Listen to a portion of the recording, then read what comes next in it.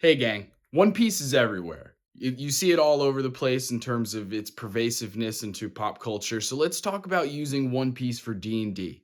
You know what I mean? What can this show tell us about D&D? What can we learn from it? What can inspire us to create new things for us? So we're going to talk about three different ways that this incredible show. What's going on? What's this scene? Why is that lady naked? What's going on? Oh no. Okay, so sorry. Okay, all right. Let's move on. Hey gang, if you're new here, I'm Justin Galliani. I use they, them pronouns, and I'm one half of So You Want to Be a Dungeon Master. Stay tuned till the end so that you can get an exclusive One Piece inspired magic item. Number one, what about the setting and the adventure that One Piece takes place in, the Grand Line? How much fun would it be to just drop in an amazing naval adventure right there in the middle of your campaign? I'm assuming that there are oceans or at least big enough lakes that you could have a ship. If not, you're on your own. But when it comes to island hopping adventures, you could do an entire campaign based just on that. Think of it like this, right? You could do exactly what they do in One Piece. You can have each island be its own individual microcosm of rules and physics and characters, monsters, flora and fauna, and whatever else. And then leave that adventure behind, go to the next island. That's incredible. Think of how many different islands you could come up with. That's just a great creative writing exercise to maybe practice not using ChatGPT like a fucking loser. Okay, moving on. Number two. So, hey, we're called So You Want to Be a Dungeon Master for a reason, right? We want people to try being a dungeon master. Part of that is providing tips and tricks to make it easier and make people feel less scared or nervous or that daunting feeling that it can feel like running the entire game for your friends and feeling like all of their fun is put upon your shoulders.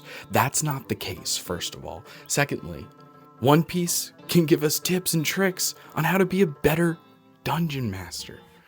That's crazy. Such as how to make your NPCs feel distinct. You know, there's going to be so many NPCs, especially if you're playing a longer campaign. So you're going to run into that thing of like, how many Brooklyn accents can I pull out, right? How many Southern accents? How many like Dwarven Scottish things can I make sound different in a way that makes each one feel unique, because you want this to feel at least slightly immersive, right? So think about how One Piece does NPCs. Each one incredibly unique because they follow three simple tips. The first thing One Piece does is that they give each NPC a super unique way of laughing. No two characters laugh the same way, and it is nothing if not memorable.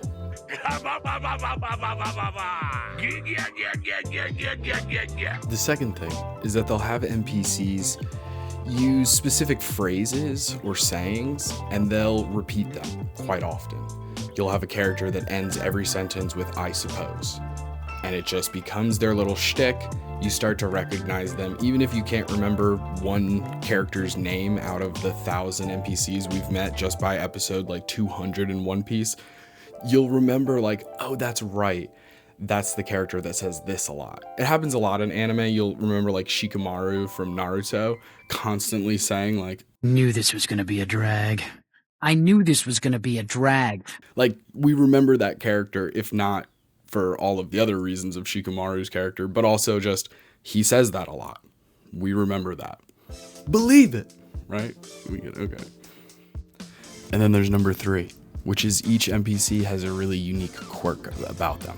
Some kind of weird personality trait or flaw even. Zoro has bad directions, Sanji is a womanizer. Usopp, what is there to say about Usopp? What's his flaw? Can't think of anything. I guess he's the Sniper King and is like kind of lying about that. That feels like a flaw.